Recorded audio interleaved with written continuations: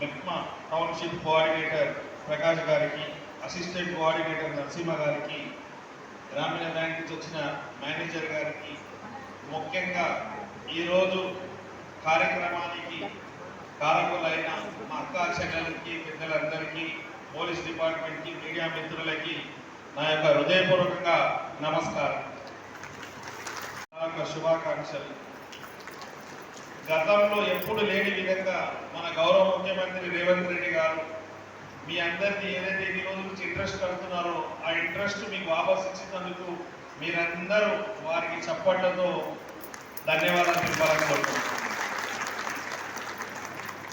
రోజు మీరు టీవీలలో పేపర్లలో చూస్తున్నారు, ముఖ్యమంత్రి గారు ఎక్కడ మాట్లాడినా ఒకటే ఒక మాట, మా మహిళలందరూ కోటీశ్వరులు కావాలి, 1 కోటి మంది మహిళలు ఈ రాష్ట్రంలో ఉన్న 1 కోటి మంది మహిళలందరూ కోటీశ్వరులు కావాలన్నదే వాళ్ళ సంకల్పం.